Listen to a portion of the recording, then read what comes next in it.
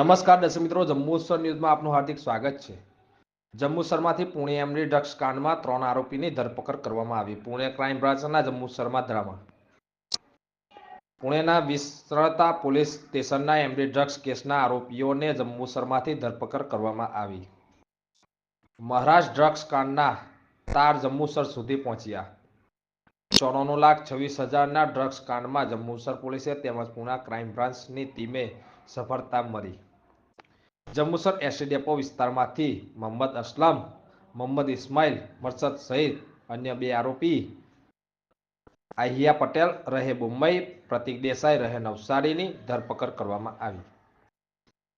471 ગ્રામ MD drugs કેસમાં એક આરોપીની ધરપકડ